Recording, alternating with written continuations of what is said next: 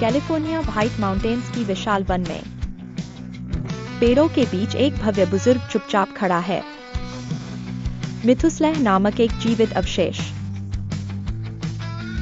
यह ब्रिस्टलकॉन पाइन 4000 साल से ज्यादा पुराना है। इसका अस्तित्व बाइबल से पहले है। यह पृथ्वी की प्राचीन वनस्पति में निहित अकल्पनीय लचीलापन और छिपी कहानियों का प्रमाण है। कठोर स्थलाकृति के बीच बसा हुआ और खुले आसमान के नीचे इस प्राचीन वृक्ष ने अनगिनत चंद्रमाओं की यात्रा देखी है। घाटी की जमीन पर अनगिनत छायाएं नाच रही। इसकी जड़ें गहराई से पृथ्वी में बैठी हुई हैं।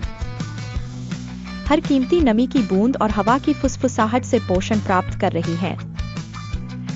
धैर्य की सीमाएं परीक्षा लेने वाले क्षेत्र में फलना। मेथुसेलह की कहानी अस्तित्व की है। यह मार्मिक अनुस्मारक है कि प्रकृति में रहस्य मानव समझ से परे हैं। इसके छाल में निहित झुर्रियां समय के चिन्ह हैं। सख्त सर्दियां, तीव्र सूर्य किरणें और अनगिनत तूफान सुनाती हैं। फिर भी विरोध में चंद्रमा रात के आकाश में एकाकी चांदी संरक्षक की तरह लटकता है। बारिश की ऐसी कहानियां नहीं जानता। वायुमंडल से वंचित चंद्रमा ब्रह्मांड को एक कठोर, सूखा रूप प्रस्तुत करता है।